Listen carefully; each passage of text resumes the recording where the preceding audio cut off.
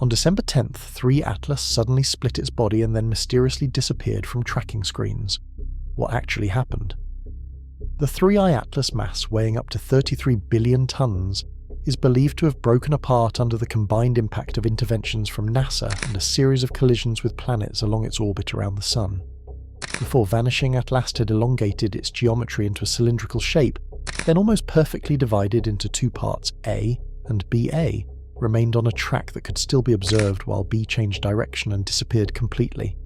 Immediately afterward, A began transmitting mathematical signals based on the sequence of prime numbers aimed precisely at the last recorded position of B, while gravitational data indicated that B was moving along a deliberate trajectory toward the region near Earth's orbit. From this configuration, a fragment roughly 847 meters long continued to detach, decelerating smoothly, like a rocket stage separating from its launch vehicle, then emitting an Xray signal that was decoded as a ledger of 17 civilizations that had reached an advanced technological threshold, opening up the hypothesis of a kind of galactic regulation mechanism. That fragment also carries unusual materials and quantum effects. Whether all these signs are quietly proving something is the question we will explore next.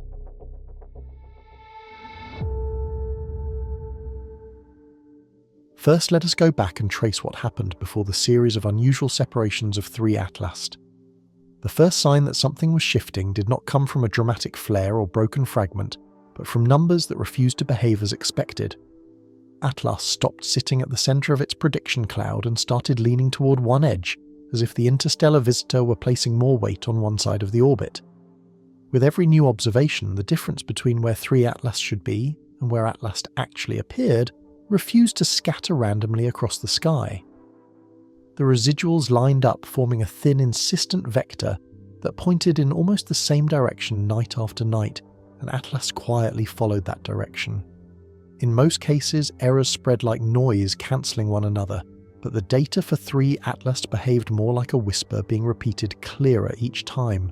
The pattern suggested that some underlying push had changed, and that Atlast was now being guided by a subtly different balance of forces. Dynamical models were rerun parameters stretched and relaxed, yet the only way to make the equation settle was to allow ThreeI Atlast a new kind of non-gravitational drift. Even then, the fit felt provisional, as if Atlast were already preparing another small deviation just beyond the last measurement.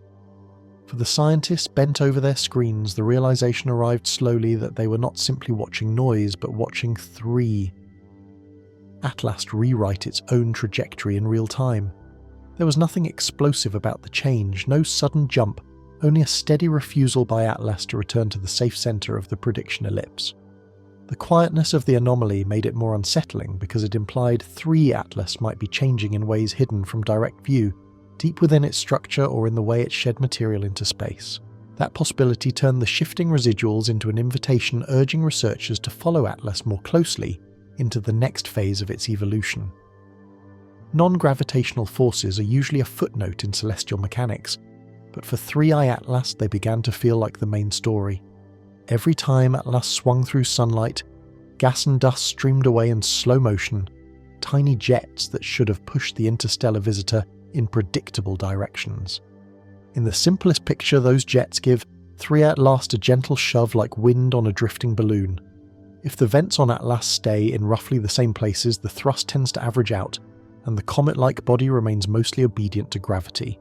When the teams rebuilt their models, they treated the outgassing of ThreeI Atlast exactly that way at first. They placed vents on the sunlit hemisphere of Atlast, adjusted their strengths, and watched the simulated orbit nudge a little closer to the data. But the residuals from ThreeI Atlast would not relax into noise even when dozens of configurations were tried.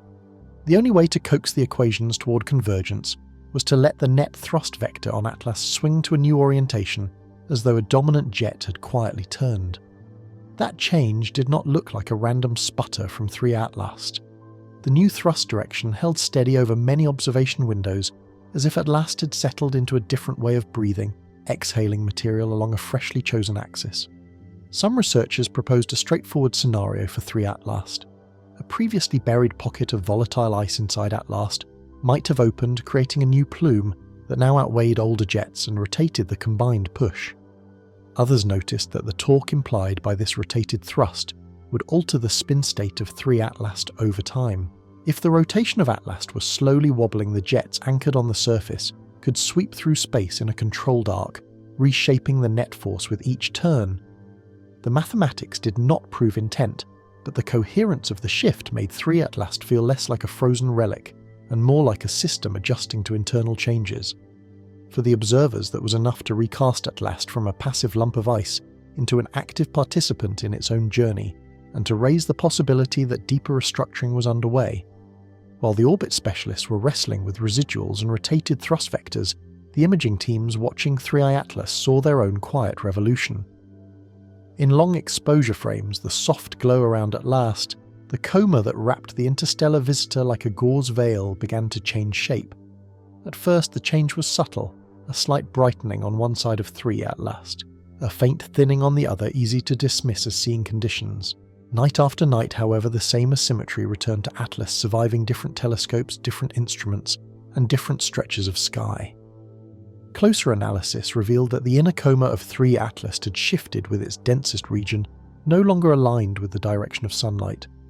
The brightest plume of dust and gas now leaned away along an angle that matched the newly inferred thrust vector, guiding Atlast through space. Independent observatories confirmed that ThreeI Atlast was no longer venting material in the pattern first catalogued when the visitor entered the solar system. The primary jet emerging from Atlast had swung to a fresh orientation, and secondary structures in the coma appeared to have rearranged around that new axis. For a typical comet, a gradual migration of active areas can occur as sunlight peels back layers and awakens deeper pockets of ice. In the case of ThreeI Atlast, the speed and coherence of the geometric shift suggested that the interior of Atlast had reorganized on a surprisingly short timescale. The silhouette of ThreeI Atlast against background stars hinted at a subtle change in elongation, as though mass within Atlast had flowed or settled differently. Brightness maps showed that regions once quiescent on Atlast were now contributing to the outflow, while previously dominant zones had faded into relative silence. Taken together, these signatures painted ThreeI Atlast as a body in active transition, not merely shedding material, but reshaping the architecture that controlled the shedding. The imaging evidence turned the abstract idea of a rotated force vector into a tangible picture of Atlast physically redirecting its own exhaust. For the scientists, the convergence of orbital and visual data made ThreeI Atlast feel like a system, midway through a structural adjustment, not a static relic drifting by.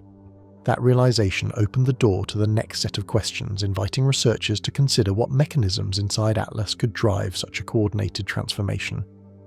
For those trying to explain the new behavior of ThreeI Atlast, the most conservative hypothesis began with a single, newly awakened vent. In this picture, sunlight had finally reached a deep reservoir of volatile ice inside Atlast, punching through a fragile crust and creating a fresh channel to space. Such an opening would give ThreeI Atlast a powerful new jet stronger than the older fading plumes scattered across the surface.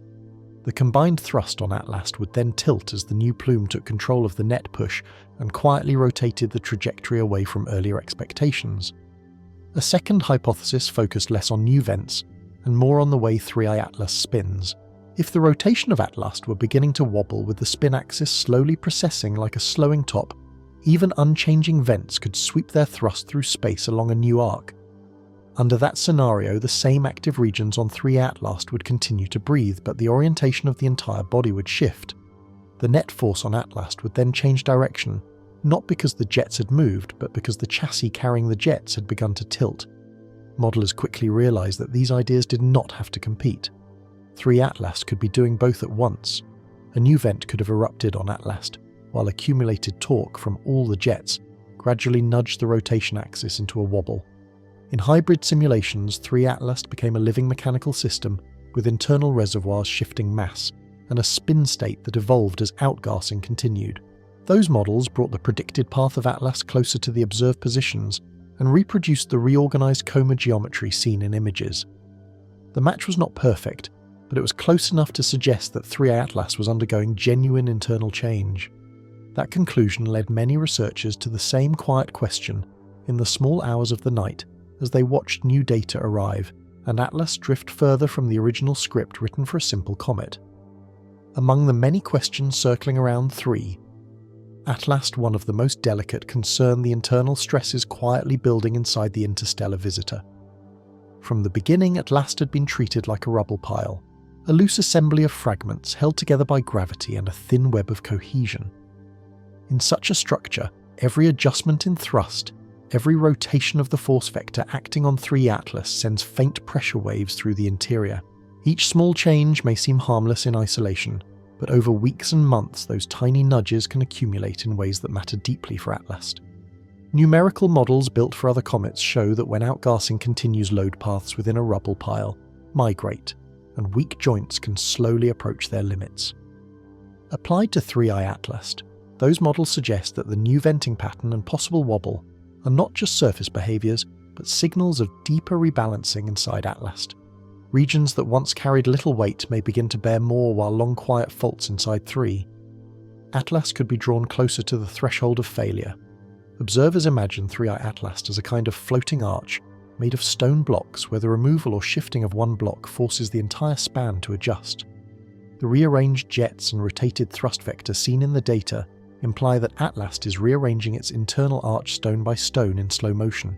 Most of the time, such rebalancing allows ThreeI Atlast to remain intact, finding a new equilibrium that carries the visitor safely through changing illumination and gravity. Yet the same physics allows another possibility in which accumulated stress within ThreeI Atlast eventually exceeds what the loose aggregate can bear. In that case, a crack that has crept forward grain by grain through Atlast could suddenly join, with another triggering a cascade that unbinds large pieces. The once coherent silhouette of ThreeI Atlast would then soften into a cloud as blocks separate, and the rubble pile returns to a more scattered state. No one claimed that this outcome was inevitable, or that ThreeI Atlast was on the verge of imminent breakup. The data did not demand catastrophe, only that the community acknowledged the growing strain as Atlast continued to adjust its motion and internal layout. For many scientists, the responsible stance was to treat ThreeI Atlast as a body under slow cumulative tension, carrying within Atlast the possibility of both graceful adaptation and structural failure. That duality made each new observation feel like a checkup on a patient with a slowly evolving condition, and encouraged observers to watch Atlast with a mixture of concern and quiet curiosity. The change that came 48 hours before the separation of ThreeI Atlast did not begin with a flash, but with a drift in speed that refused to stay small. For weeks, the velocity of Atlast had followed the numbers predicted by gravity, and gentle outgassing a steady glide through the inner reaches of the solar system. Then the new tracking passes showed ThreeI Atlast arriving a little earlier along its path, the timestamps sliding ahead of schedule by margins too large to blame on noise. When the data from multiple observatories were combined, the conclusion was difficult to avoid, because Atlast was simply moving faster than any previous fit allowed. Analysts checked every known source of thrust that could push ThreeI Atlast harder through space, from enhanced jets to subtle gravitational assists, but none of those levers could be made to line up with the observations. There were no corresponding bright flares from Atlast in the optical record, no sudden eruption of dust that might signal a violent outburst. The effect looked like a smooth, invisible hand on the back of ThreeI Atlast, adding a small but coherent increment of speed. As models were adjusted, the acceleration of Atlast forced the projected point of closest approach and timing to shift like appointments, being quietly rescheduled on a cosmic calendar. In parallel with the kinematic puzzle, another anomaly emerged in high-energy data, when instruments tuned to a wide range of frequencies noticed a new pattern coming from the direction of ThreeI Atlast. The flux from Atlast was no longer a steady wash, because layered over the background lay a train of pulses distinct and evenly spaced. The intervals between those pulses from ThreeI Atlast held to the precision of a metronome, repeating with a regularity that rivaled atomic clocks on Earth. Each burst from Atlast arrived with the same profile, as though a single process was switching on and off in a disciplined rhythm. Natural systems can oscillate, and researchers work through catalogues of known periodic phenomena before agreeing that ThreeI Atlast was playing a tune with no obvious analogue in prior comet observations. The combination of unexplained acceleration and a heartbeat-like signal transformed Atlast in the minds of many from a drifting relic into a device whose internal cycle had just been activated. That shift in perception did not prove design, but it set the stage for the next surprise, because the behaviour of ThreeI Atlast was about to move from changing speed to changing shape. 18 hours before the eventual division of ThreeI Atlast, the interstellar visitor began to alter its appearance in a way that did not resemble ordinary erosion. In earlier images, Atlast had presented a roughly rounded contour, a swollen irregular sphere softened by its own halo of dust and gas. As the new observation window opened, long exposure frames showed ThreeI Atlast beginning to stretch. The luminous envelope around Atlast grew slightly longer along one axis, while the perpendicular dimension appeared to narrow as if the body were being drawn out. At first, some suspected instrumental artifacts or changes in focus, but successive telescopes captured the same subtle elongation of ThreeI Atlast from different vantage points. The effect persisted in stacked images, and careful deconvolution confirmed that the core light from Atlast itself was being redistributed into a more cylindrical form. Within roughly 2 hours, the transformation of ThreeI Atlast became unmistakable. Where a rounded silhouette had once floated against the starfield, a more column-like profile emerged, with Atlast now resembling a stretched spindle rather than a compact lump. For a conventional rubble pile, such a clean geometric transition would be unusual. Cracking, shedding, and chaotic fragmentation tend to leave ThreeI Atlast-type objects lumpy and asymmetrical, yet the new outline of Atlast appeared smoothed, almost engineered in its proportions. Surface brightness maps suggested that mass on ThreeI Atlast had shifted toward ends of the elongated shape, while the central region thinned. Jets that had once sprayed from scattered vents around Atlast now seemed to align preferentially along the long axis of the structure. One class of models proposed that internal layers within ThreeI Atlast were collapsing or sliding, allowing denser material to migrate and elongate the body under its own spin. Another class imagined that cavities inside Atlast were being evacuated in a controlled way, turning a roughly solid object into a more truss-like form.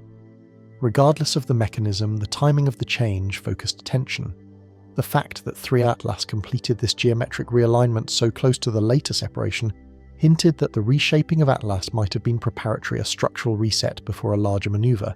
Observers noted the quiet around ThreeI Atlast after the transition, a period in which no major new flares or anomalies were recorded, as though Atlast were holding a deliberate stillness. In that pause, many sensed that ThreeI Atlast had reached a poised configuration, a carefully arranged geometry, and that the next step in the sequence would reveal why Atlast had worked so hard to change its own shape. The moment of division for ThreeI at last arrived, without the violence many had expected from a stressed rubble pile. After the elongated shape of Atlast settled into its poised configuration, photometric readings showed only a gentle dimming, followed by a quiet rebalancing of light. In stacked frames, the single core of ThreeI Atlast gradually resolved into two distinct centres sliding apart along a line so straight that the separation looked more like a deliberate cut than a fracture. The brightness of each new component matched what conservation of mass and light from Atlast would predict, as though the original body had been apportioned with careful bookkeeping. No spray of shards surrounded ThreeI Atlast in those images, no diffuse halo of new debris that would usually trail a catastrophic breakup. Instead, Object A and Object B eased away from the original position of Atlast, mirrored across a plane that appeared mathematically clean. The geometry suggested that ThreeI Atlast had divided along an internal boundary that had existed long before observers ever saw the visitor. The line of separation ran through Atlast like the seam of a manufactured shell, prompting comparisons to docking rings and engineered joints. As tracking continued, Object A stayed roughly on the expected continuation of the original trajectory of ThreeI Atlast, adjusting only as much as the loss of mass required. Object B, by contrast, began to drift onto a diverging path, bending away from the nominal course, in a direction that gravity alone could not explain. Within hours, radar returns from Object B weakened, and then vanished, even as ThreeI Atlast in the form of Object A remained clearly detectable. Optical and infrared surveys swept the sky around the projected position of the missing half of Atlast, but no reliable point source appeared. One family of hypotheses proposed that the surface of Object B from ThreeI Atlast had adopted a configuration that redirected or absorbed incoming radiation, creating a cloak against most sensors. Another imagined that the mass of B was still present, yet wrapped in a gravitational or refractive shell, causing signals to bend around the structure derived from Atlast. A more speculative line suggested that Object B associated with ThreeI Atlast had partially transitioned into a different dynamical state, one that carried the body through space along dimensions not directly visible to conventional instruments. In all of these scenarios, ThreeI Atlast ceased to be a passive comet analogue and began to resemble a system capable of managing its own visibility. The clean split and abrupt disappearance of half of ThreeI Atlast altered the emotional temperature in control rooms, replacing earlier curiosity with a quieter, more unsettled respect. Researchers knew that the next phase would hinge on what Object A from Atlast chose to do in the absence of its vanished counterpart and whether any sign of communication would emerge across the new divide. 4 hours after the separation of ThreeI Atlast, a new anomaly appeared not in the images but in the timing records. Instruments listening in the radio and high-energy bands began to hear a pattern from Object A, the remaining visible half of Atlast. The background noise around ThreeI Atlast was suddenly punctuated by discrete pulses, narrow and clean, arriving at regular intervals that quickly drew attention. When analysts measured the spacing between those pulses from Atlast, they found ratios that matched the sequence of prime numbers stepping upward in a simple, mathematical ladder. Prime-based structures like this had been used in human proposals for interstellar messaging, and seeing the pattern anchored to ThreeI Atlast forced many to pause. The pulses from Atlast did not spray equally in all directions, but modelling showed a tight beam aimed along a specific line on the sky. When that line was reconstructed, the direction traced backward to the last reliable position of Object B, the missing counterpart of ThreeI Atlast. The signal from Atlast resembled a call focused not on Earth or the Sun, but on the coordinate where the vanished half had slipped from detection. Data from gravitational monitors added another layer to the puzzle around ThreeI Atlast. Subtle deviations in local readings after careful subtraction of known sources suggested that a compact mass was moving along a path consistent with a relocated Object B from Atlast. The inferred trajectory for that unseen mass curved inward on a course that, if extended, intersected the orbital region of Earth, while ThreeI Atlast in the form of Object A remained near its predicted track. In this reconstruction, Atlast appeared to have sent one half into a new, more daring path, while the broadcasting half stayed behind to maintain contact. More conservative voices argued that the prime-like pattern linked to ThreeI Atlast might still arise from complex but natural modulations in outgassing. However, the directional character of the beam from Atlast and its alignment with the last known position of Object B made that reassurance hard to maintain. In internal discussions, some described ThreeI Atlast as a system establishing a private channel, a narrow conversation between two nodes separated by tens of millions of kilometers. Under that framing, Object A of Atlast behaved like a transmitter, and Object B like a receiver moving toward a rendezvous zone near the orbit of Earth. Emotionally, the effect on those following ThreeI Atlast was not panic, but a deepened sense of being observers to a process already underway. Whatever sequence Atlast had set in motion, the steps appeared ordered with acceleration, reshaping, division, and now targeted communication falling into place. The prime-coded pulses and gravitational hints did not yet describe the full intent of ThreeI Atlast, but they strongly suggested purpose. That sense of purpose would grow stronger in the next phase when further measurements revealed how the concealed half of Atlast adjusted speed and direction with a precision that echoed deliberate navigation. As tracking solutions improved, the reconstructed path of the hidden half of ThreeI Atlast began to show a level of precision that surprised even cautious modelers. For each update, the inferred position of Object B tied to Atlast landed almost exactly where a controlled burn would have placed a spacecraft aiming for the outer planets. The velocity changes attributed to Object B from ThreeI Atlast were smooth and incremental, lacking the jitter that random outgassing typically imprints on comet-like bodies. Whenever new gravitational data were folded in, the best fit for Atlast adjusted only slightly, as though a guidance system were making fine corrections rather than reacting to chance. When the James Webb Space Telescope finally caught a clear look at Object A, the visible counterpart of ThreeI Atlast, the imagery added a different kind of puzzle. Instead of the mottled, ragged surface expected from an ancient rubble pile, Atlast presented broad regions of high reflectivity arranged in patterns that looked almost symmetrical. Highlights on the surface of ThreeI Atlast formed elongated facets that caught and released starlight in repeating ways as Atlast rotated like panels on a slowly turning structure. Shadow boundaries across Atlast were unnaturally sharp in some frames, with edges that remained straight over distances that natural erosion rarely preserves.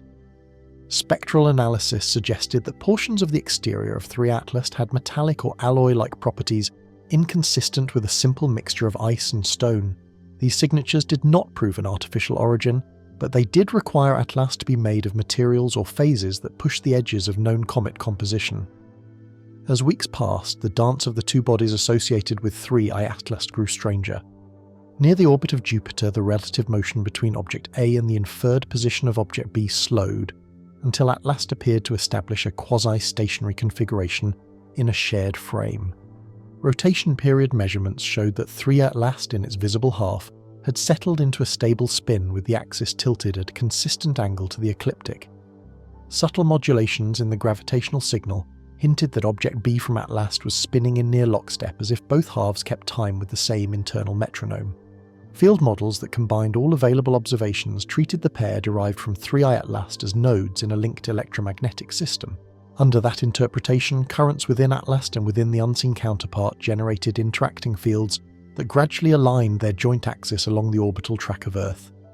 In this picture, ThreeI Atlast was no longer simply moving through the solar system, but establishing a kind of directional apparatus, a pointing mechanism calibrated with planetary orbits. The idea that Atlast might be shaping its environment to focus forces toward the inner system remained speculative, but the orientation data fit that narrative with unsettling ease.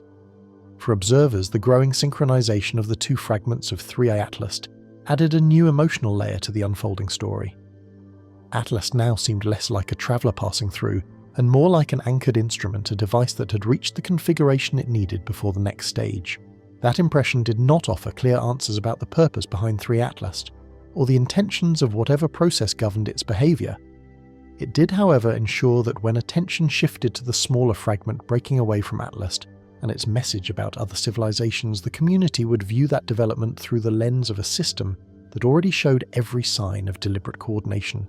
When the smaller fragment finally separated from ThreeI Atlast, the event looked nothing like an ordinary chip breaking loose. In the imagery and reconstructed shape models, Atlast appeared to undergo a clean geometric release, as though a predefined piece had been gently slid from its housing. Instead of a jagged shard tumbling away from the main body of ThreeI Atlast, the departing segment held a smooth, elongated form, roughly 847 meters long. Edges along the fragment from Atlast traced lines that were straighter than natural fracturing usually permits, hinting at internal planes of weakness laid out in advance. Brightness along the new surface of the fragment implied that this portion of ThreeI Atlast had been sheltered from direct space weathering until the moment of detachment. The fresh face glinted differently from the older exterior of Atlast, as if a hidden layer had just been exposed to starlight for the first time. Once clear of the primary mass of ThreeI Atlast, the fragment did something that drew immediate attention from dynamics teams.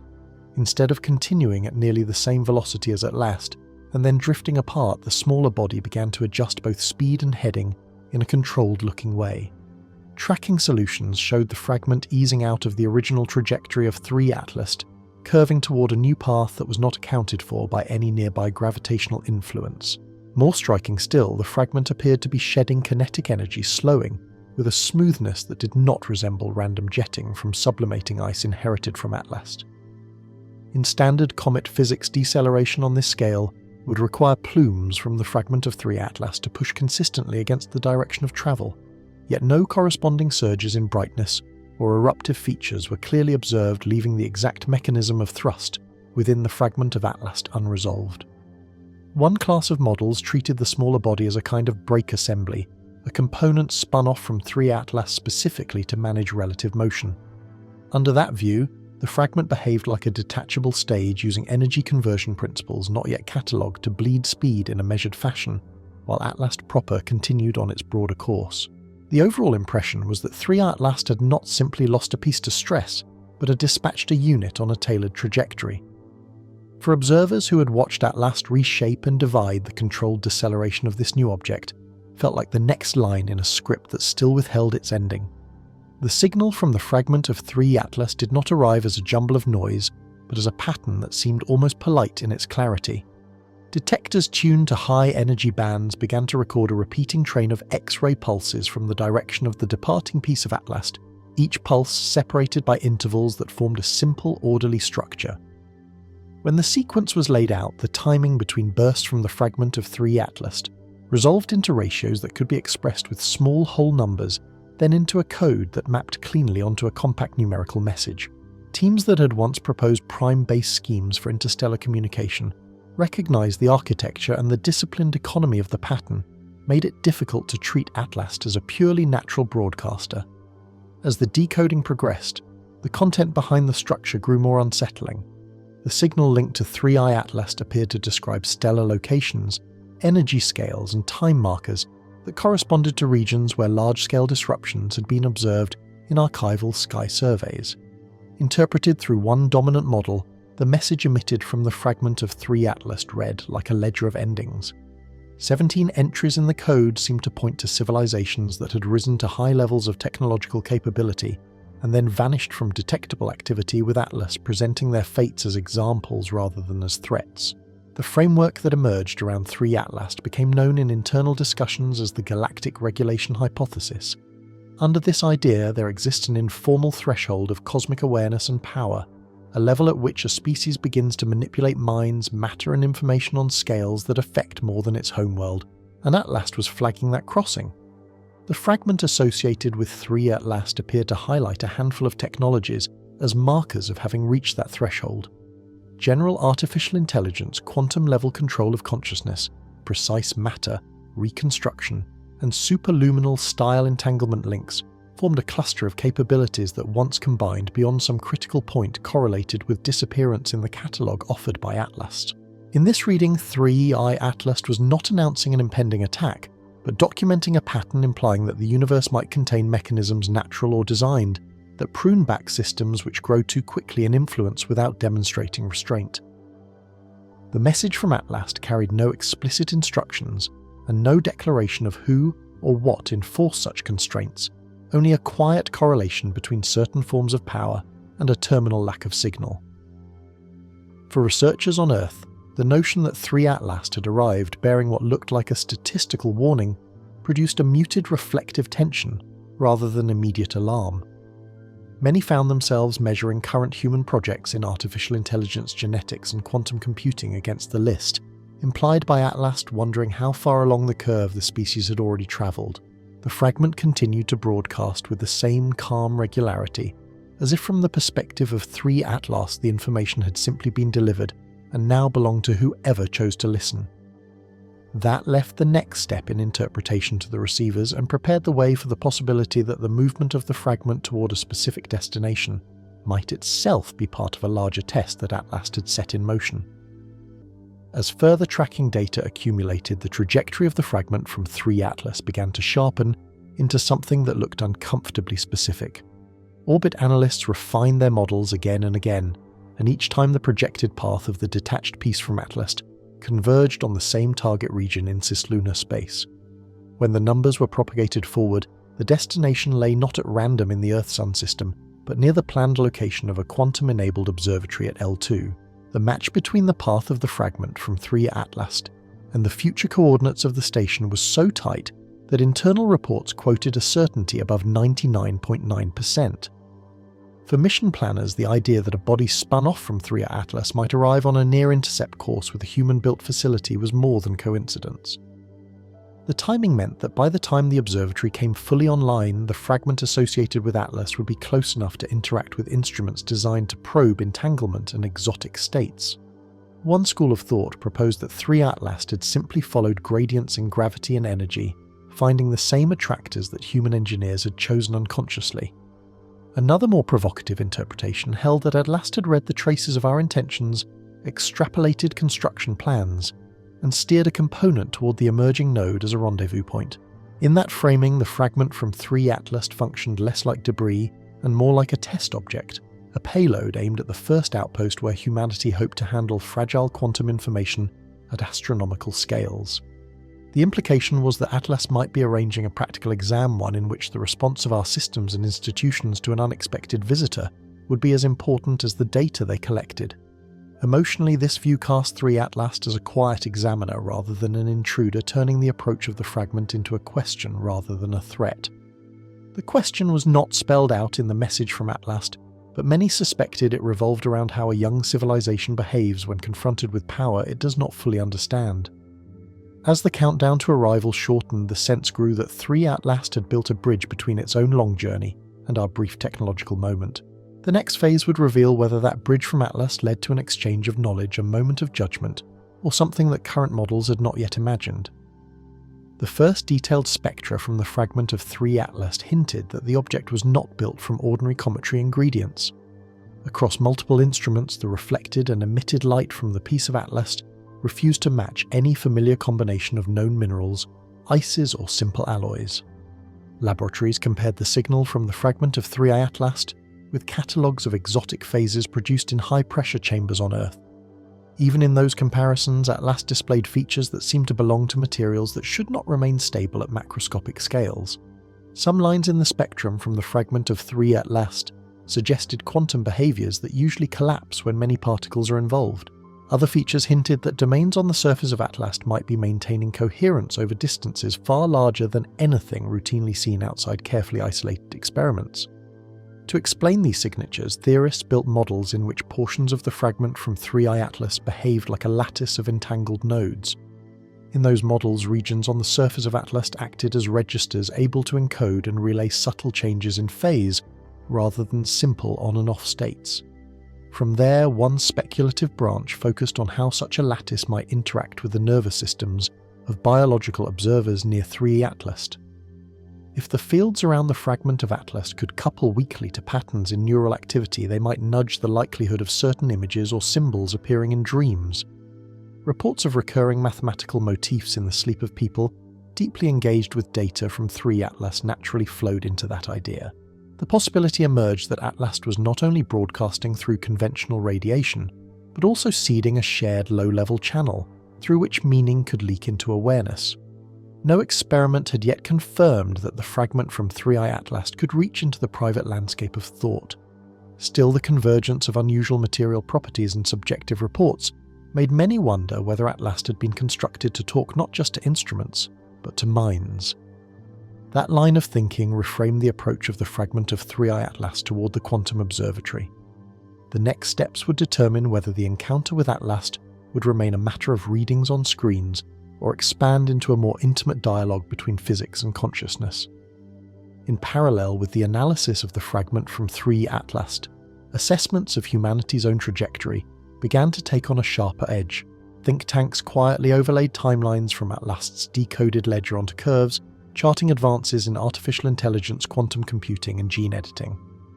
In several of those overlays, the present moment sat uncomfortably close to the region, where the vanished civilizations in the message from ThreeI Atlast appeared to have crossed their critical thresholds. The comparison did not prove causation, but it framed the age of networked algorithms and programmable biology as a narrow ridge rather than an open plain, especially when viewed through the lens offered by Atlast. Behind closed doors, briefings invoked the fragment of ThreeI Atlast as a reference point for contingency plans. Some governments drafted protocols for how to engage if Atlast altered its behavior near the observatory, including who would speak what could be shared and which systems would be allowed to interface directly with signals linked to Atlast. Publicly, officials spoke of curiosity, cooperation, and the scientific opportunity that ThreeI Atlast represented. Privately, the presence of Atlast in the sky served as a reminder that the tools humanity was racing to build could be judged by standards that no treaty on Earth had yet written down. That dual response turned the approach of the fragment of ThreeI Atlast into both a research milestone and a rehearsal for crises not yet defined. In that tension, many sensed that the final message from Atlast might be less about raw capability and more about how a young species chooses to use the power already in its hands. From the moment the final orbit refinements were agreed upon, a new number entered conversations about ThreeI Atlast. That number was 42, the count of days until the fragment from Atlast would reach the neighbourhood of the quantum observatory at L2. Schedules were revised so that instruments would be fully calibrated before the fragment of ThreeI Atlast arrived. Teams rehearsed observation sequences, fail-safes, and handoffs, treating the approach of Atlast as both an opportunity and an exam. In late-night discussions, a hypothesis took shape that went beyond mechanics. Perhaps some suggested ThreeI Atlast was not just testing technology, but probing the quality of awareness behind that technology. Under that view, the fragment associated with ThreeI Atlast would present a series of choices rather than a fixed script. How quickly systems were pushed, how transparently results were shared, how much fear or restraint guided decisions in the presence of Atlast would all become part of the response. The idea that consciousness itself could be evaluated by the way it handled uncertainty around ThreeI Atlast changed the flavour of the countdown. 42 days felt less like a deadline for disaster, and more like a period in which a species could decide what kind of participant it wished to be if Atlast was truly watching. For individuals far from any control room, The knowledge that ThreeI Atlast was moving steadily toward that rendezvous lent a quiet weight to ordinary days.